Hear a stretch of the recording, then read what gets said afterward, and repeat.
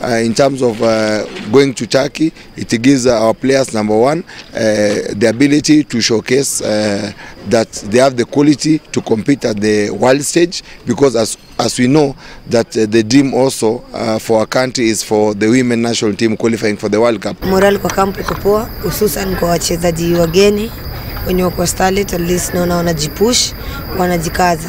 Kimi naweza sema itakuwa poa kabisa, juu itatujenga, juu tunapata na timu at least kubwa then tuko na game na TZ, so unaona TZ at least ni marika yetu, vile tutacheza huko ndio itadetermine kama tutakula TZ ama itakuwaje. But najua ni tuna fit yenye ita make timu, hata itajenga timu zaidi.